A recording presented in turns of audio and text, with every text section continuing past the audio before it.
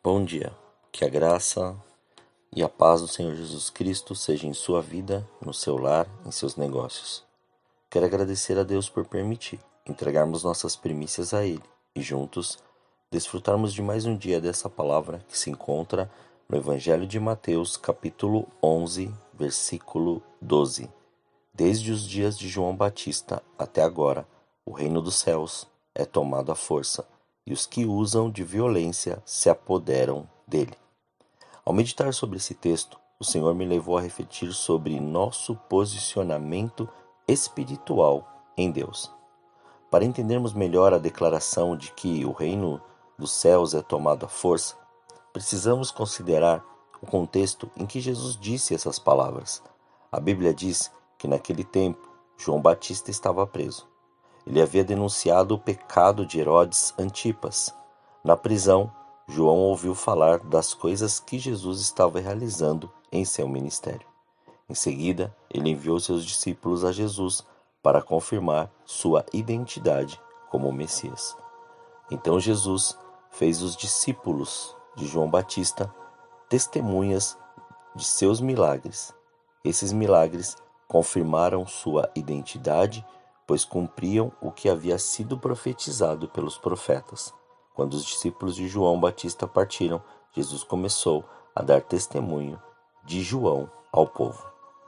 Ele explicou como o ministério de João também havia sido profetizado nas Escrituras, descrito no Evangelho de Mateus, capítulo 11, versículos 10 e 11. Este é aquele a respeito de quem está escrito: Eis que eu enviarei o meu mensageiro à frente da tua face, o qual preparará o teu caminho diante de ti. Com toda a certeza vos afirmo, entre os nascidos de mulher não se levantou ninguém maior do que João, o Batista. Entretanto, o menor no reino dos céus é maior do que ele. João era o enviado por Deus para preparar o caminho do Messias. Em relação a esse esforço e violência ditos para tomarmos, podemos observar que há algumas interpretações cabíveis, mas vamos analisá-las. O reino de Deus, tomado à força, fala da oposição nos dias de Jesus. Uma das possibilidades de interpretar esta frase é considerá-la no contexto da oposição que se levanta contra o reino dos céus. Quem prefere esta interpretação diz que Jesus estava se referindo principalmente à oposição corrente em seus dias, mas também fala sobre o avanço do reino. Então a frase "o reino dos céus é tomado à força" é interpretada nesta tradução como "o reino dos céus tem avançado vigorosamente". Nesta tradução, a ideia é a seguinte: Jesus disse que desde que João começou a sua pregação, o reino de Deus tem avançado vigorosamente, apesar da forte oposição. Naquele contexto, o reino de Deus estava crescendo e avançando, mesmo com homens violentos, como Herodes Antipas, tentando dominá-lo à força. Em outras palavras, à medida que o reino de Deus estava avançando poderosamente, homens violentos e astutos como Herodes e muitos fariseus tentavam subjugá-lo pela força, mas o reino de Deus jamais poderá ser conquistado por força humana. Se esta interpretação estiver correta, então talvez a ênfase esteja no contraste entre os fortes e vigorosos, ou seja, no aspecto carnal, e os fracos e humildes no aspecto espiritual. Aquele que confia em sua própria força e vigor não alcança o reino dos céus, mas aquele que reconhece sua própria fraqueza e debilidade e, portanto, depende de Deus, ouve o chamado de Jesus, como descrito no Evangelho de Mateus, capítulo 11, versículo 28. Vinde a mim, todos os que estáis cansados e sobrecarregados, e eu vos aliviarei.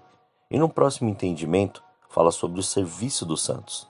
Por último, esta interpretação é provavelmente a mais conhecida, que fala da conduta, do empenho e do serviço dos redimidos como evidência de sua salvação. Então, a ideia é de que o reino de Deus tem avançado com força e vigor. No entanto, não é qualquer um que entra no reino. Somente os enérgicos, os diligentes, os incansáveis, os esforçados, os corajosos se apoderam dele. Isto, porém, não significa que há mérito humano na entrada do reino de Deus. Antes, significa que as boas obras e o esforço daqueles que recebem o reino como um dom gracioso por meio da fé agora revelam a evidência dessa fé genuína e da graça que os alcançou. Não é o esforço humano que faz com que alguém possa alcançar o reino de Deus. É o próprio Jesus. Ou melhor, o próprio Jesus pregou no Evangelho de Marcos, capítulo 1, versículo 15. O tempo está cumprido e o reino dos céus é chegado.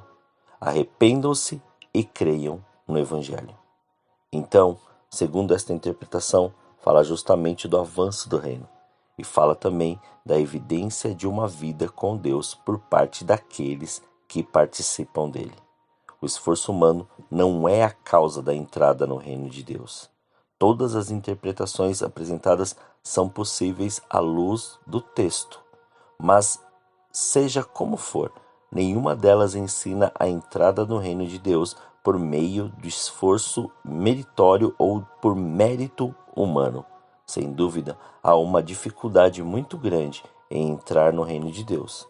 Ao homem, essa dificuldade é impossível de superar. Por isto, somente a graça, por meio da fé, é capaz de transportar os pecadores do reino das trevas para o reino de Cristo.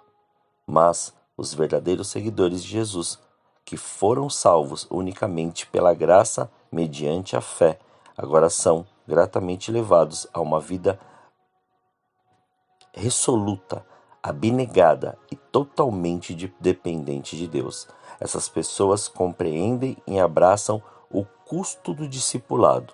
Elas negam-se a si mesmas, tomam a sua cruz e seguem Jesus. A Bíblia diz muito claramente que o reino dos céus não é para os inconstantes, vacilantes e descompromissados. Jesus diz claramente isso no Evangelho de Lucas, capítulo 9, versículo 62. Ninguém que põe a mão no arado e olha para trás é apto para o reino de Deus. Então, o cristão verdadeiro terá uma vida marcada pelo esforço em prol do reino de Deus. Ele não se esforça para ser salvo, mas ele se esforça porque é salvo. Ele foi ressuscitado de seu estado de morte espiritual. Agora, em gratidão e amor, ele procura diligentemente fazer a vontade do seu Salvador. Tudo isto está de acordo com a verdade de que o reino de Deus é tomado à força e os esforçados se apoderam dele. Viva aquilo que o Senhor tem preparado para você. Ouça a voz do Espírito Santo e não pare. Persevere, conquiste e receba tudo que o Senhor tem preparado para você. Oremos. Senhor, nós te louvamos e te agradecemos por esse dia. Graças te damos. Entregamos as nossas primícias, estas primeiras horas a Ti.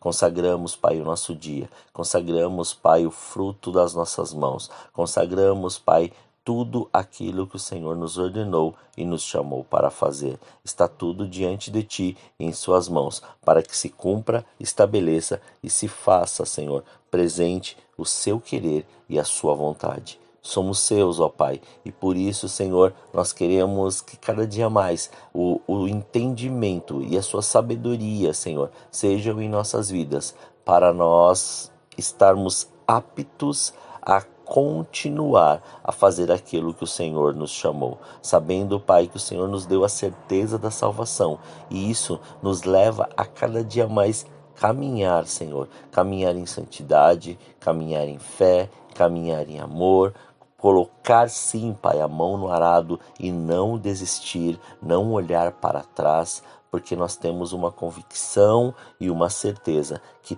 tudo aquilo que o Senhor prometeu, o Senhor está cumprindo nos dias de hoje. Muito obrigado, Senhor. Nós cremos naquilo que o Senhor assim nos disse. Por isso, Pai, entregamos tudo aquilo que temos e que somos para que o Senhor cumpra e estabeleça a sua vontade no dia de hoje. Muito obrigado, Senhor. Essa é a nossa oração, em nome de Jesus. Amém. Tenha um dia abençoado na presença do Senhor.